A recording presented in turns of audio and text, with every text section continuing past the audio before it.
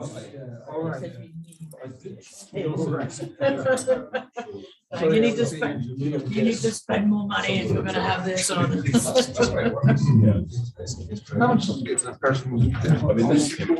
So we've got a business one. Would you mind moving just one other? Sorry, a year. Wow, a year. Goodness. And then you pay the extra. But you can get a personal one for free. Just That's yeah. That's right. You can't do more than an hour of time. Okay, guys, so if I type chat to you or you type chat to everyone in the room, will be able to see it. Will also be there is nothing secret in this particular world. Everything can be seen. Big Brother is with you at all times. We are hopefully streaming now on YouTube and it's being recorded. The only thing that's being recorded is the front panel of the room where you guys are being projected. Can you, Pippa, can you unmute yourself and say hi, just so I can check it's working? Hi. Yes. Madeline, can you do the same? Hi. Brilliant. Wonderful. So I am going to mute myself. I'm going to hand over to the moderator for this panel, and then we'll take it from there. Okay, and mics are on, so thank you very much. Okay, everybody, well, welcome to, as we said, a bit of an experiment in hybridity, which I think is rather sort of in fitting with the topic today. And sort of continuing the space theme of today, and of satellite, really. We're going to be talking about both Alba and Astra, an anthology of discussions about the space industry in Scotland in its earlier incarnation, wink, and also some of the sort of realities of it today. We've got some panelists online.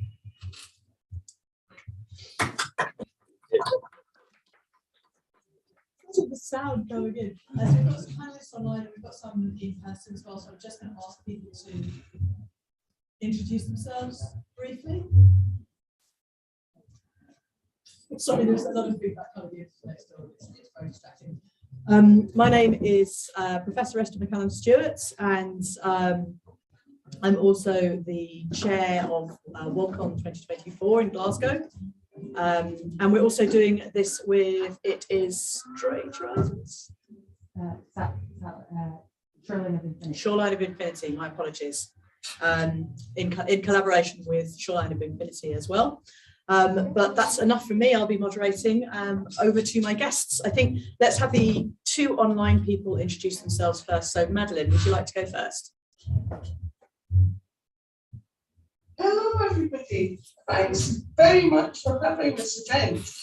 My name is Madeline Shepherd. I'm the instigator of the whole shebang. I'll tell you more about that. I'm now more fixed an artist than a photographer and a writer, but I do a bit of everything. So I'm looking forward to seeing what other people think of this. Great, thank you very much. And Pippa, can we have you as well, please? Hi Pippa. Hi everyone. I'm Pippa. Sorry. Here I am. Here you are. It's confusing because I can't actually see anyone in the room. But I'm based in Frankfurt. I'm a writer. I work with Shoreline of Infinity. I write stuff sometimes based on science. And fun fact, I used to be the regulator for outer space for the British government. Farah, you have your hand up. A person with the green top on. Just slightly to the right. He looks like he's wearing a crown of books. Yes, Andrew, because you just where you are. George, just move the chair because actually we can see the others. Do you want me to go the other way? Yes, stage right. Got you. Perfect. Wonderful, thank you. Yeah. Yes, it does look rather odd. It's always good to think you have an encyclopedic knowledge, but actually seeing it on your forehead is rather something different. But with that, let's go to the table. And our people of satellite do seem to be sorting out the ambient sound, so I'm hoping it will stop in a minute. But let's start at the end with Ken, who I know that some of you have already seen speak today. But Ken, would you like to introduce yourself? Yeah, I'm Ken Gordon. I'm the business ambassador for the European Space Agency covering Scotland and Northern Ireland. Fantastic. A round of applause, thank you. Yeah, yeah. And Andrew. Hi, I'm Andrew Wilson. I'm a writer and editor, and with Neil Williamson, I co-edited Nova Scotia New Scottish Speculative Fiction. Absolutely. And then finally, I always say we need no introduction, but we're on a panel where everyone needs to introduce themselves. We have Ken. Hi, I'm Ken MacLeod. I'm a science fiction writer, and I have worked with Andrew and with Madeline in the past, notably on Alba at Astra. And that's it. Yeah, brilliant, great. Okay, so we're going to have not only a kind of hybrid panel, but also sort of hybrid content. What we're going to do is we're going to talk a little bit about Alba and Astra to start with. Then we're going to have a couple of tall stories and anecdotes and a bit of reading happening both on and online and in person. And then we're going to sort of go on and have a bit of a discussion about how the incidents in Alba and Astra actually are kind of reflected in what's actually happening in contemporary Scotland at the moment. But I'd like to sort of introduce, to start this off with Madeline, could you just talk a little bit about how the collection came to be and what drove it, as it were? Because there's a great reason that's given in the book itself, but I'm wondering, are there two stories here? I think your question cut out slightly at the end. Oh, sorry. You wanted to say how did we come to this? Absolutely, yes. Yeah, but it has a long history. Back in 2008, I was taking photographs around Edinburgh, and one of the things I photographed was this, which is Chancellor Mill down on the shore at Newhaven, and it really struck me that it looked very like one of the buildings I'd seen on a visit to Cape Canaveral and the space station centre there. So it's just got the idea turning over. They didn't know that in Bucket did it in the 60s, and now we've got flour mill, but it's repurposed. It's a big deal these days, repurposing. So I started collecting other photographs that might have had some kind of enigmatic appeal, and then I realised I'm going to need some help stringing it all together. And I was friends with a group called Writer's Block, which included Andrew and quite a number of others at the time. And we sat down with some beers and looked at photos and started making up ideas about what we could do in the world. That's kind of where it started. And as we kept meeting up, looking at more photos and tossing the ideas around, a whole narrative began to emerge. And Andrew Wilson persuaded me that I could actually write short story as well as all the rest of it. So I ended up doing that, and the story kind of brought some bits out of it, and then other people embroidered on that, and other folk had ideas about a completely different storyline. So, for instance, Gavin Ingalls came up with the idea of somebody who was desperately working in rocket technology, growing up as a little boy in Scotland in the 1930s, and basically created this character through front pages of Rocketry Scotland, which is now reproduced in full in the new edition, but never made it into the first edition. So it's been a big sort of thought experiment with different people producing different bits of the ideas. Some of it is very sort of Scotland grasping feet from the jaws of victory again, and others is just completely high comedy, over the topness. And so it's a big mishmash of stuff. And we had an exhibition of the photographs and first ideas in Transreal Fiction in Edinburgh in 2009 during the Edinburgh Fringe. That was extremely well received. That was also the year of homecoming in Scotland that year, and so we thought, you know, this is quite a nice thing because it is no spoilers. It is kind of about homecoming, in a different sense apparently. Sorry. And then, you know, that's it, stopped. And then Andrew and Ken both picked up on the idea separately and did something with it after the first self-contained splurge. And then it seemed like the ideal lockdown project and back together again. And so a year ago today, the new edition was published by Shoreline and Infinity. Well, not, yeah, about a year ago. Anyway, that's probably enough. You probably want to ask me a question rather than me just ramble on. So. That's fine. I think one of the things that really struck me about reading the collection actually was that there are many copies available, many on the front. That it starts off with this sort of, it does seem extremely plausible, and in fact Ken, you were saying the same thing, that when you start to read, it does seem to be a really very legitimate story about what if there was a space industry in Scotland in the sort of 1960s and 70s, and what might it look like, and here are all these images that Madeleine's taken, and there's this sort of element of there's never a moment of a big reveal, is there, Ken? It just sort of, I mean, I don't know, what was the moment that you suddenly thought, hang on a minute, this is That's a very good point, because I started obviously being invited to do this. I thought, brilliant, I'll get it. And I downloaded it electronically. Don't get it electronically. It doesn't think it's good when pictures are terrible. Yeah, that's a very good question. So I read this as fact and thought, oh, fair enough. Fair enough. Yep. And then there was, I can't quite recall, but there was a moment, and that was a delightful moment that meant I need to keep on reading this. Yeah. Because the way you presented it, it's a patchwork of different approaches and photographs and everything. And yeah, it was totally delightful. It really was. I think I'm going to buy a real one though. As I said, buy a real one. Support your local independent publishers. And also because I worked in 100 years ago in a factory that had lots of abandoned buildings. So all that abandoned building repurposing, secret purpose stuff absolutely worked with me.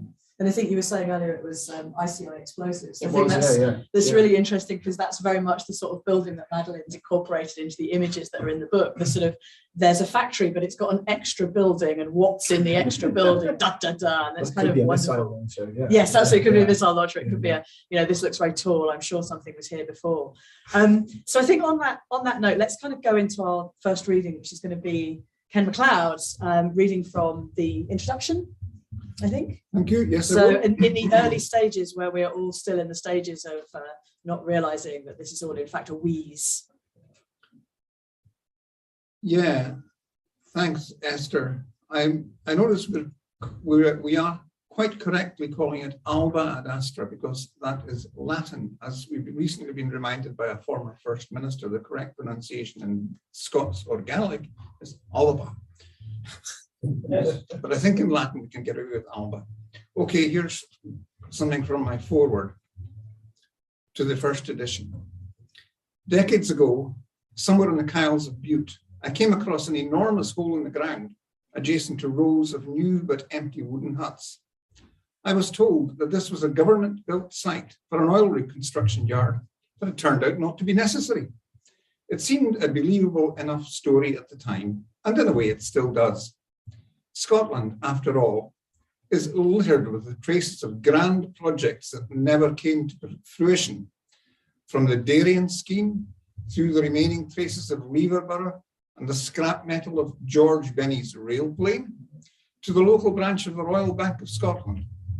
The evidence that the nation's entrepreneurial reach has often exceeded its financial grasp sprawls across the land. Quite possibly the Callanish standing stones were, in their time, envisaged as only the beginning of a far more ambitious project, perhaps a vast channeling of geomagnetic energy, linking up with Avebury and Stonehenge, and why not, the pyramids, then unbuilt. But when has that ever stopped us? To bring auroral lighting to the brochs and crannogs of our illustrious ancestors. But after pondering Madeleine Shepherd's haunting photographs and studying the strange but oddly compelling documentation she and her colleagues have so painstakingly collected, I find myself wondering about the real purpose of that 1970s hole in the ground. I'm not saying, of course, that the oil rig construction yard tale was a cover-up for part of Scotland's long-lost space programme, only that it could have been.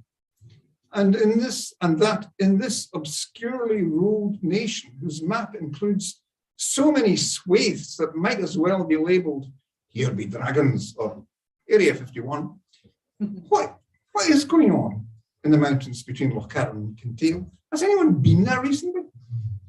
The speculation is not absurd. The reader, the viewer, must make up their own mind.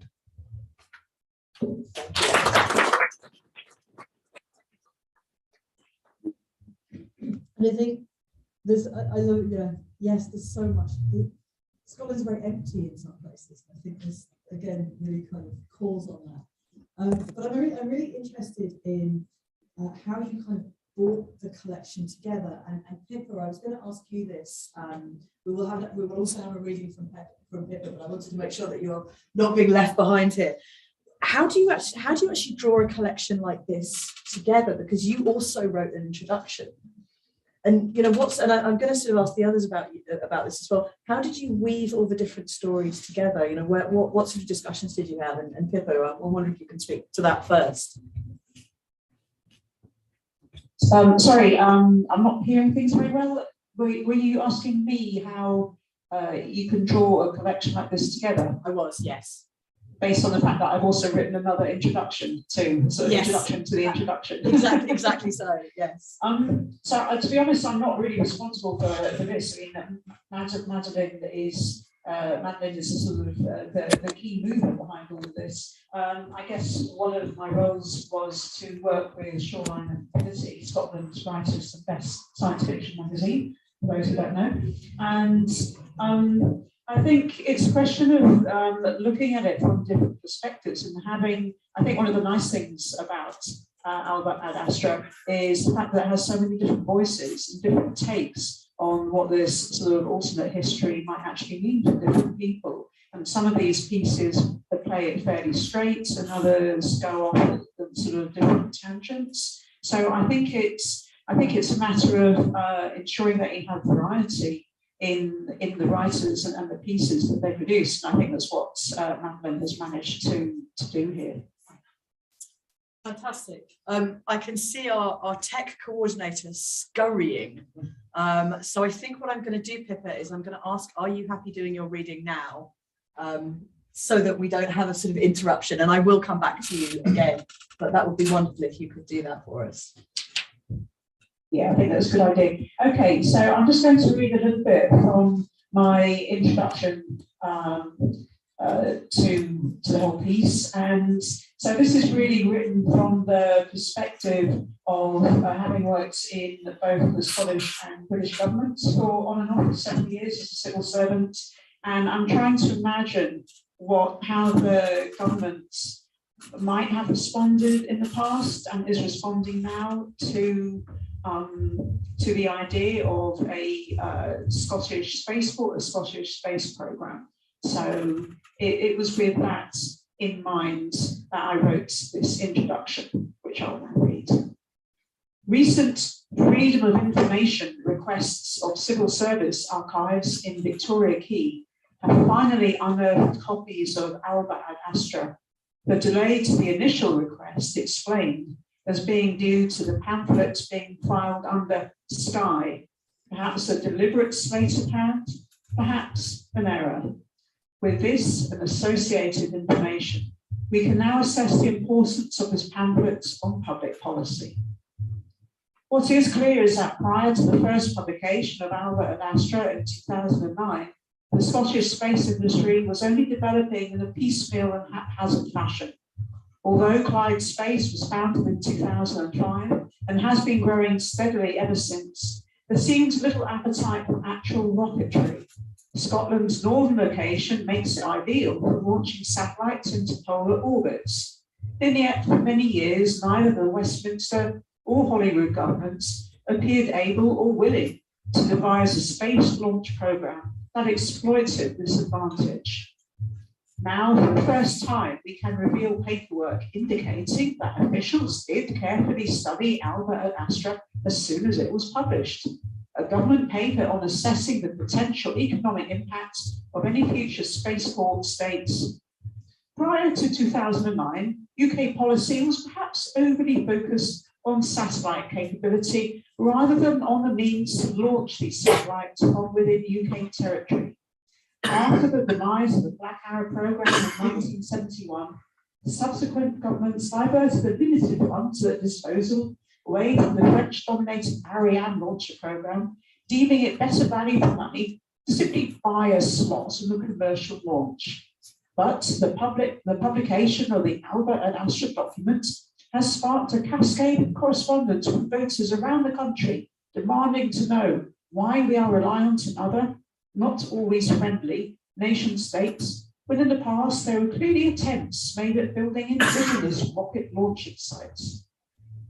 A second paper, this one assessing the potential cultural impact of any future spaceport, asserts Scotland has its castles, its distilleries, its poetry centres. Why should we not add to this fine and lucrative list its spaceports?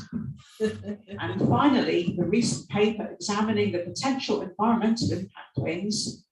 The launching of rockets off the coast in a northerly direction will do little damage to the peat moors of Macaire and likely less harm to cropping than the proposed rewilding programme.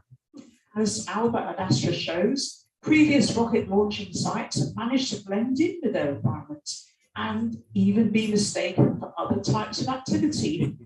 Whilst we do not propose to go down this route, see the recent paper on cultural impact for an assessment of the advantages to the local tourist economy of a rocket launching site.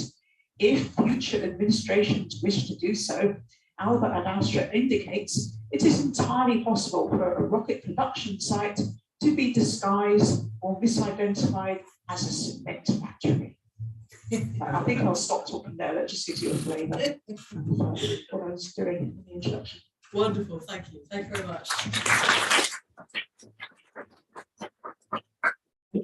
Anybody who's ever been involved in any kind of bid writing can kind of recognise that cascade of correspondence from what it was saying. And I think there's a real sort of fantastic language in there that's really unintentional but really kind of wonderful. The sort of dismissive way that you say, oh, it's just piecemeal and haphazard, and then it is actually incredibly detailed. But also, again, I'd quite like to actually go over to you, Ken Gordon, again, because one of the things that really struck me when I was reading about the spaceport was the actual spaceport is the retractable launch tower. Yes. But actually there is a blending in with the environment element. And I wonder again if you can just kind of speak to that briefly. Yeah, well, as you know, if you're from Scotland or if you're not from Scotland, you should know that we have, I think, currently 1, 2, 3, 4 potential spaceports. And if you look at launch technologies now, Elon Musk in the States is now looking at grabbers to hold them to rockets and things like that to reposition them. But it's absolutely in line with the technology. And I was up in Shetland at the Saxe-Bourg spaceport, or rather the space where the spaceport's going to be, at the end of last year, and it's entirely plausible. Everything is entirely plausible around this. And in answer to your very first question, which was, at what stage did you think? Wait a minute, I think it's around about page 90. Right. Okay. You're gonna have to buy it. You're gonna have to buy it to find out what that means. So you've got 90 of. James looking it up. Yes. What is it? 90 of 145 pages before the big reveal. The big thing this year is it's going to be a launch from the UK, which will be a big thing. It probably won't be Scotland, but I'd love to think it would be. But there's definitely going to be a launch from Saxe-Bourg, I think, at least next year. A big difference being in Saxe-Bourg and in Sutherland, it's going to be vertical launch. Other places, it's going to be horizontal launch. Cool. We'll take questions at the end, so but I noted your arm there. Yeah, I think there's this sort of interesting kind of correlation again. We're so used to that kind of language, and hearing it again, I'm thinking, oh yes, I've also read this in some of the sort of documents that I've actually seen online as well, which is really wonderful. But we haven't really talked to you yet, Andrew. So I was wondering if you could just kind of again sort of explain what your role in the project was, and then we'll go straight into your reading, I think, as well. So if you can sort of talk to what it was that you contributed. Well, as part of writer's block, Madeline asked to brainstorm her idea of this secret history that Scotland's industrial archaeology seemed to reveal. We came, as she's already said, various ideas came up, but I'd had an idea kicking around in my head for years, actually, and for a story, but I fed that into the project, the idea that the progress of Scottish rocketry finally leads to a manned launch of an atomic rocket from Woomera in the 1960s, and then what happens after that, but I'm not going to spoiler that. So I fed that in as one of the ideas, and then once the original edition came out, I couldn't leave it alone. So I finally went back and wrote the story. And like much of Alba at Astra, there's actually quite a lot of it that is factual. It's blended in there.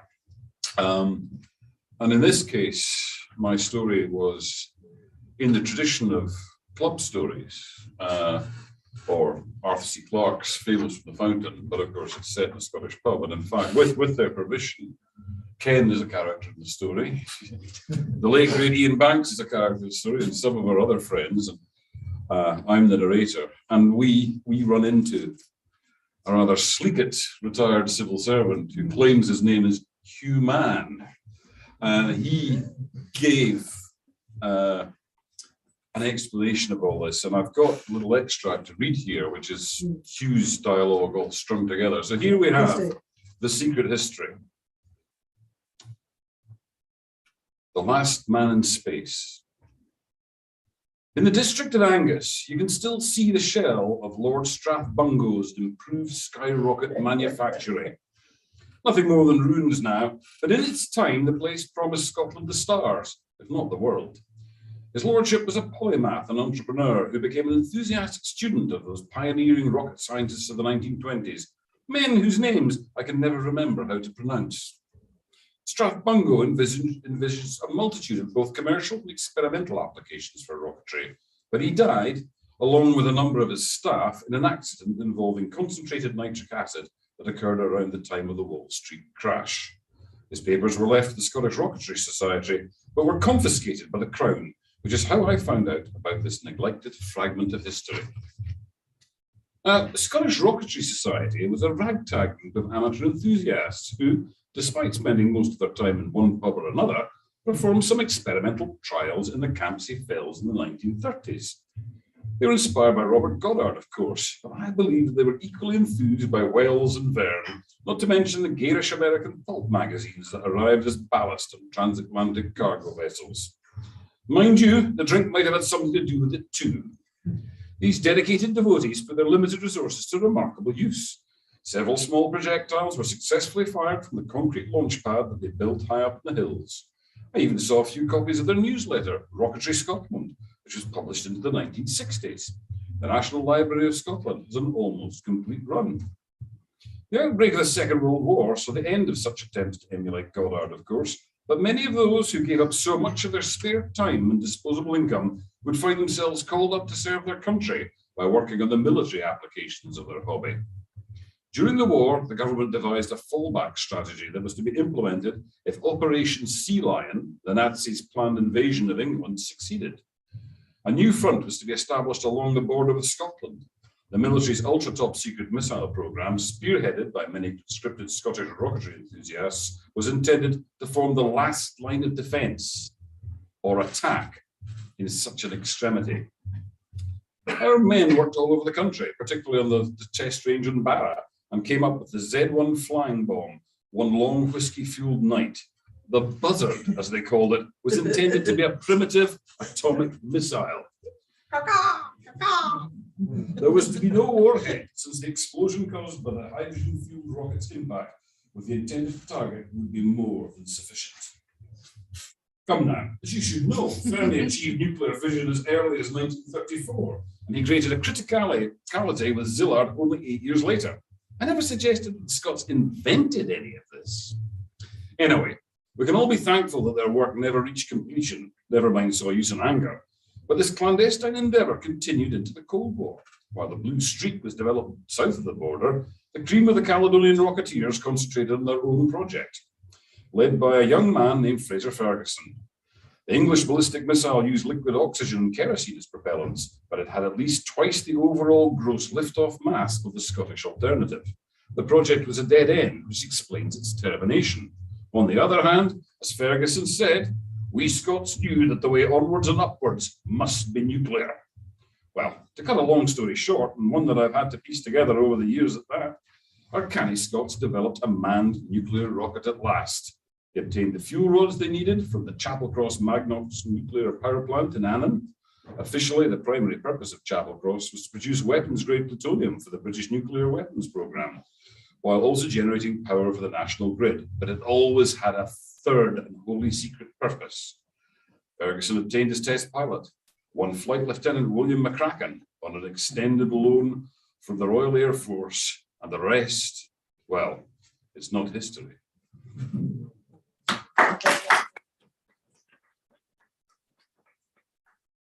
I should also apologise for my impersonation of Buzzard there. That was actually a black bat girl.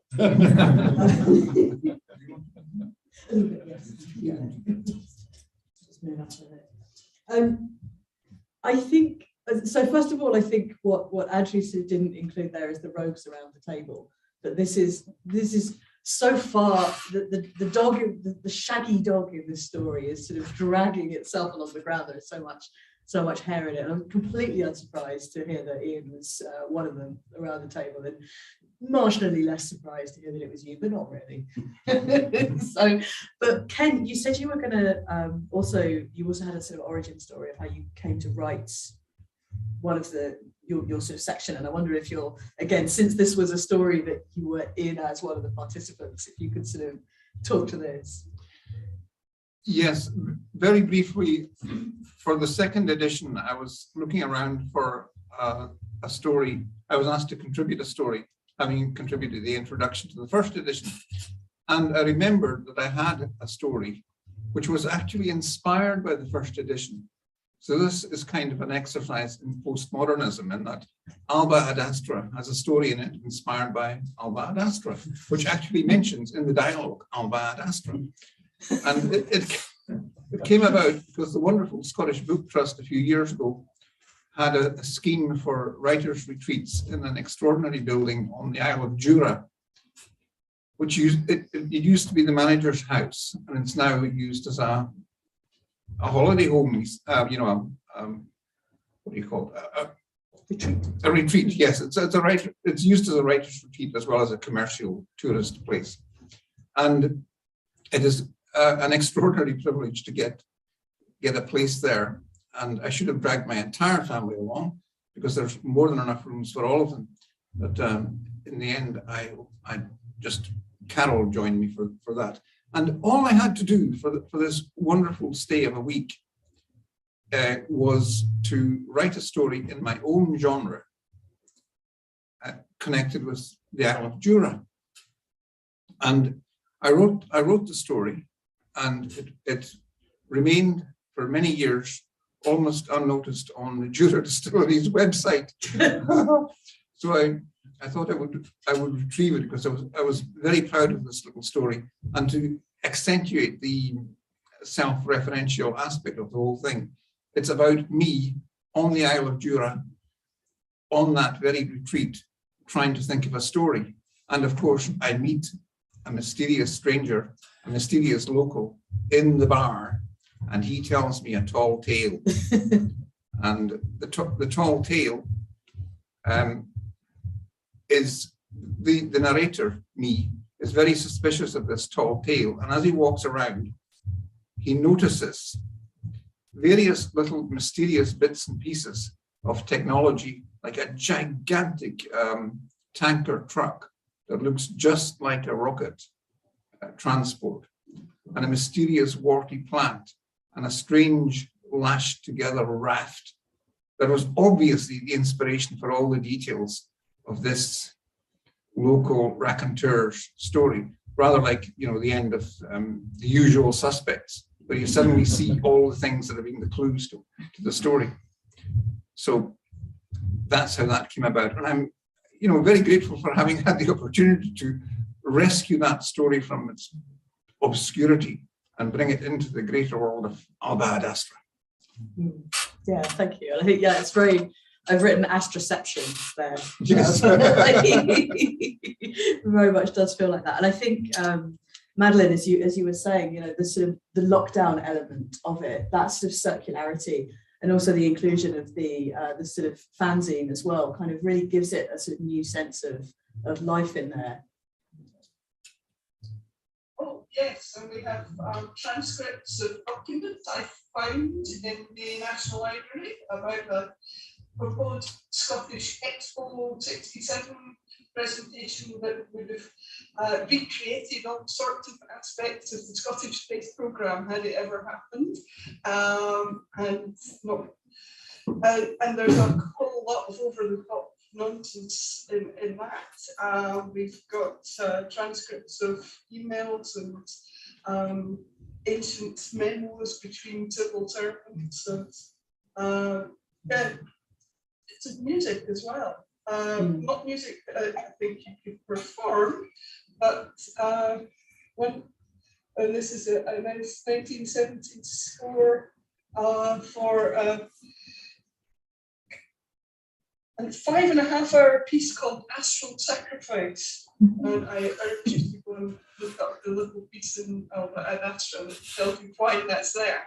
So it really is just, I just let everybody's imagination go and then try and pull it all together with the overarching story, which I wound up at the end of this volume, but it has a loose ends that can be unraveled, and we can get anyone who finds it and wants to write a story can pull at that end, unravel it, and start again. But I'm not going to say more than that about it. Yeah, I didn't actually mention to it yesterday, but Ken, I think we should definitely show this to Gary Lloyd, who's the composer who was here yesterday, who has done science fiction compositions, because particularly the sort of 5.5-hour piece of obscure doodles just seemed very sort of on point for him, and obviously again sort of strong relation with Ian again over the years. But I think, Madeline, that lead, go on. Yeah. Nope. Were you going to say something else, Madeline? Hello, Madeline. I can't hear you very well, and I'm never sure whether you've finished speaking. Sorry, well, I mean, as in life, really. Yes, I had finished speaking. I was just leading on to the next section and thanking you. But yes, I think actually that does lead on to the sort of last part before we take some speculations and questions, which is kind of Ken. Yeah. Obviously, not knowing anything about this, how much did you actually see of what you sort of can actually talk about in the current sort of development in Scotland? It's entirely fits in both the time that it was set, and again to the joy of finding all these little seeds of things. I mean, does anyone else wonder why there's so many film us, but you know, still a terrible? I mean, that's gorgeous detail. Yes. Right? That's why it took me to page 90 to think, wait a minute. Yes, there's so much going on in space in Scotland. You've no doubt, more satellites are made in Glasgow than any other city outside the US. Very close to here, we have many satellite companies. There's lots of satellites made in Scotland made up into space, and so everything is happening here. We now will have our complete, if you like, satellite build, design, software, and launch all in one country. And so the details, also the photographs of those mechanical structures, these metal structures, are completely congruent with what you would expect at that time to be part of a capsule or anything like, or a rocket piece or something like that. I mean, I did pick some facts out of the internet because the internet tells you the truth. In Scotland, we've now got 170 organisations working in space. Yeah, I mean, big and small. We've got sector growth. We've got 29%. No, it's 0.29. Forget that's fact.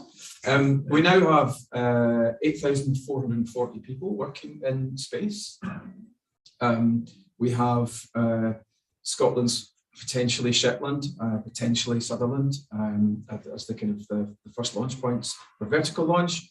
We've got the best access to polar and sun synchronous orbit. If you're in the the presentation this morning. My colleagues know much more about that than I do. And everything that I think that the Scottish Government's proposing 12% annual growth or more up to 2030. So it's a big boom time in Scotland. The lovely thing is also, setting aside the book and what's happening in the book, the glorious thing for me is that being an older person, let's just be honest here, is the number of young people coming through and also diversity of young people coming through. So there's lots of, there's an initiative called, what's it called? New Voices in Scotland, which is bringing through young male, female, people of colour, people, all types of people as engineers to join the companies in Scotland.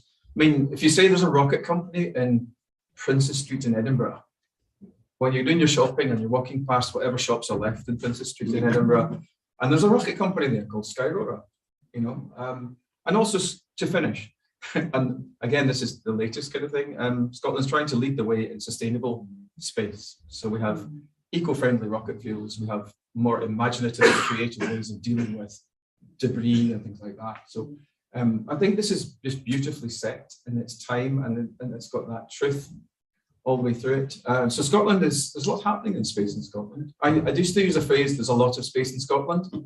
Thank you very much. But there is. Yeah, thanks. And I think the statistic that stuck with me, and I do apologise if it was said this morning, is that 19% of the world's satellites are made in Scotland, but there isn't anywhere to launch them yet. And that was amazing. That is a lot of satellite.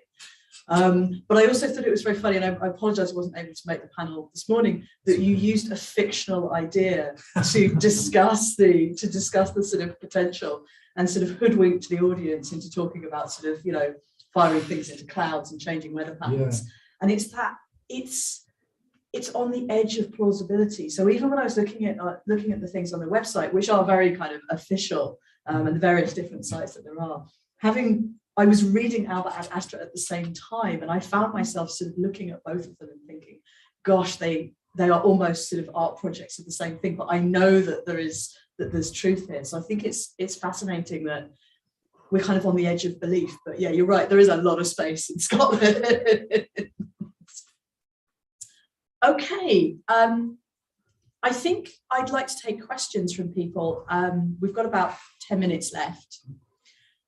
What I would like to do is, again, because Madeline and Pippa are having trouble hearing, is that I will repeat the questions as well. So make them short, make them comments. They should have a question mark in them. Otherwise, I will become angry and use my magic. So the person in the kilt at the front. This is probably more a comment. Okay, no, needs a question mark. Question mark. Right. Scotland had a space programme in the 1930s. Scotland has a contribution to Apollo. When I was younger, was a member of the oldest space society in the world, the Paisley Rocketeer Society. Scotland had, in a way, an amateur space programme in the 30s. We had a German rocket scientist here flying rocket post in the 1930s. And I'm honoured to be a member of the Paisley Rocketeer Society, the first 3-stage rocket in the world, the basis of how the Americans got to the moon.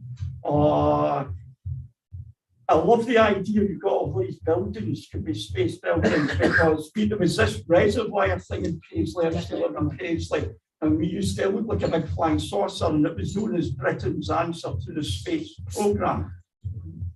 So again, for the benefit of people who are unable to hear, who are in the audience, or indeed Pippa and Madeline, the person in the front row was discussing how they were actually part of a space programme centred in Paisley? Yes, the Paisley Rocketeers, 1937.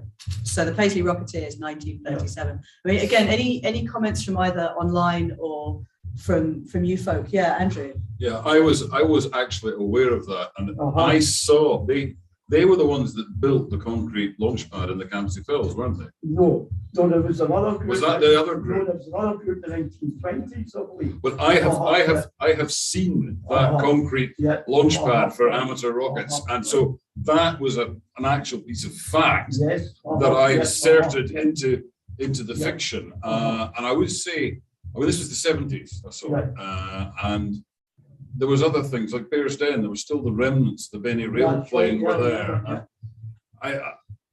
I think what we're, in a way, what we're trying to do here is push forward the idea. I mean, I'd seen, again, going back to my childhood, things in Star Trek, like Yeah. communicators and tricorders, came to pass. In fact, yes. I've got a communicator and a tricorder in my pocket. Somebody's probably got a laser pointer. Okay, it's not as, but the science fiction can drive the imagination and drive actual progress. And what you're saying, Ken, is that we're saying there's traces of this do exist, but it's now finally being pushed into existence. That's right.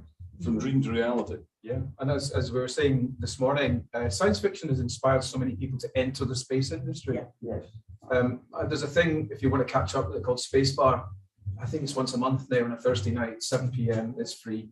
And it's a subject and then there'll be a chat. And one of the, as I was saying this morning, one of the chats we had after the main subject was the quality of the design and practicality of the spaceships used in Jerry Anderson things. Oh, yeah.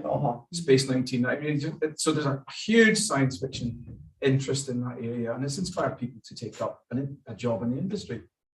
Well, NASA's taken up and looked seriously the Eagle transporter. It's not on That was actually been studied a variant in the Eagle transporter for the Constellation program. Okay. Yeah, and thank Sorry, you. that was yeah, condemned. no, I know, yeah. But also you could continue the conversation afterwards. So the person wearing the space dress sitting near the front who had their hand up a moment ago. There has been sort of work done recently at Glasgow University with Dr. Mariella Massareed and Dr. Dimitri Fini and the LIGO telescope arrays, creating a pop-up book of science in a science fiction game for children. Well, science fact / delivered in a story for children. Is there more work that should be done? Because you're talking about it coming in for encouraging people from into the industry, but actually at a younger age to explain the science and space stuff in Scotland kind of earlier in schools. Like, how can, what are your thoughts on this? So as a précis of this, the person in the space dress, I realise I'm also wearing a space dress, is asking about doing sort of outreach for younger people and whether there is a way of doing that through writing, in particular through, I didn't catch the first person, but Dimitri Fini's work at the university. I'd quite like to ask Madeline and Pippa if they heard that question. Yeah, I have strong feelings on this, and the answer is yes. Good. I basically, I have a big hybrid career behind me of, but it really got started watching Jerry Anderson's Supercar in the 1960s, and then Fireball and all the other series that followed on, and Doctor Who and Star Trek and stuff. And it was always just part of my culture. And my dad was a scientist. We moved to Grangemouth so that he could work on feeding the world through growing protein on oil substrates. But the project didn't actually work. You know, he was that quite keen with technology. And I just feel like kids today, they don't have that going on in their lives. I don't know. I mean, some of them know. But the whole culture is so mixed up, and a lot of it seems to be almost anti-science, and just So I want to get them young. Yes. And Pippa, you're nodding very, very enthusiastically there. Yeah, I mean, I think when I was a very small child, I was really enthused by my children's encyclopedia that showed images of the sun at different wavelengths. And I just thought it was amazing. I couldn't figure out how this could be real. For me, this was another sort of type of story, but it really sort of transfixed me. It probably partly led to me studying astronomy. So just a couple of things. One is to mention the citizen science projects, which I think are fantastic at drawing people of all ages in, particularly children. And Liverpool John Moores University is sort of been a pioneer of that in astronomy, allowing people from all over the world to apply to use a professional class telescope and help analyse the data that comes out of that. So I think it's a fantastic project. And another piece of good news also coming out of Scotland is that the new Astronomer Royal of Scotland, which sounds like such a sort of ancient post and has been kicking around for hundreds of years, was appointed last year. And for the first time, it's a woman, Catherine Haymans, who is professor at the Royal Observatory of Edinburgh. And I think she's going to be a fantastic voice for doing science outreach, science communication across Scotland. So I really urge people to follow her on social media and look at her so inspiring work in cosmology too. Fantastic, thank you. Madeline, are there any, I've been desperately conjugating, are there any plans for an Alba, Jungus and Astra? With a junior version? We haven't thought of that, but now you mention it. Now, one of the sort of creative forces that's quite far behind it, but involved is my brother, Fergus Finney, and he has been working on origami models and things like that. Hearing what Fergus was helping with this, and I think getting him to help me do a good idea. Oh, that sounds amazing. Put a line under that for just now. Yes, I'm a Worldcon chair. It's my job to give other people things to do. So, yeah, and Ken Gordon at the end. What kind of outreach do you do with younger people? You were saying, I mean, I just met your scientists, and goodness me, they were youthful. So, and I intend that absolutely as a compliment. But, yeah, I'm very lucky to work with a lot of very young, smart people. And the outreach I do is quite varied. This is outreach. This is cool. There's an organisation called UK SEDS, which is for students that are involved and interested in space. And we do that. And in ESA, we actually fund young graduate trainees as well. So just post-university, and they'll get a year working, usually in Harwell, and then access to all the things that are going on. And quite a few then stay on or then go on to follow their paths. So that's the two biggest things. And again, if you go to the UK SEDS conference, you do feel very old, but it's just fabulous how so many people, usually in twos, will come up and say, excuse me, how do I get a career in the space industry? And you say, well, do this, talk to people, you get yourself networked and find out stuff. Yeah. So yeah, no, wonderful, great. I did see another hand go up somewhere on my right hand side. So there's a person at the back wearing a black t-shirt that doesn't, as science fiction fans, that doesn't help, and a mask. I was going to mention in regards to the outreach program, there was a point to this. A lot of game developers in Britain were all congregated in Scotland, and the reason for that was that the local computer factory up here, they just gave away parts to local kids. Those local kids, they're just like, worked with it and taught themselves how to do the coding and that. And that's how we got Graham Norton. We've now got satellite from, now got like a company here building satellites, which I didn't know until just now. You're more likely to actually have a long-term growth in the sector because kids are going to go, oh, maybe I'll go here, I'll go there. Yeah, so thank you very much. Yeah, so the person at the back is also commenting that Scotland's seen as a real incubator for other types of maker community, including Rockstar Games, who've got a sort of hub here, and how giving younger people sort of maker artifacts has really engaged the community, in particular the queer community. So yes, thank you very much. And I think that one was a comment. If anybody's got anything to say on that, then I welcome it, but I'm guessing possibly not. Good. Yeah, great. And okay, we'll take one more. So there is a person wearing a very attractive Glasgow in 2024 t-shirt with white hair and a face mask over here. I was actually going to comment on the last one. What is it with you guys? Like Space, this was an outreach program that we're doing in the schools to develop one of the tube stands signed up to speak. So they were doing that as well. They were doing. Yeah, so kind of more comments on different places that outreach has happened. So we've been given the pink foot. that's the worst thing that could have happened to any of us. So it just remains for me to thank all of our panelists, both in person and on the screen. So we have Madeline, we have Pippa, we have Ken, we have Andrew, and we have Ken. Thank you very much.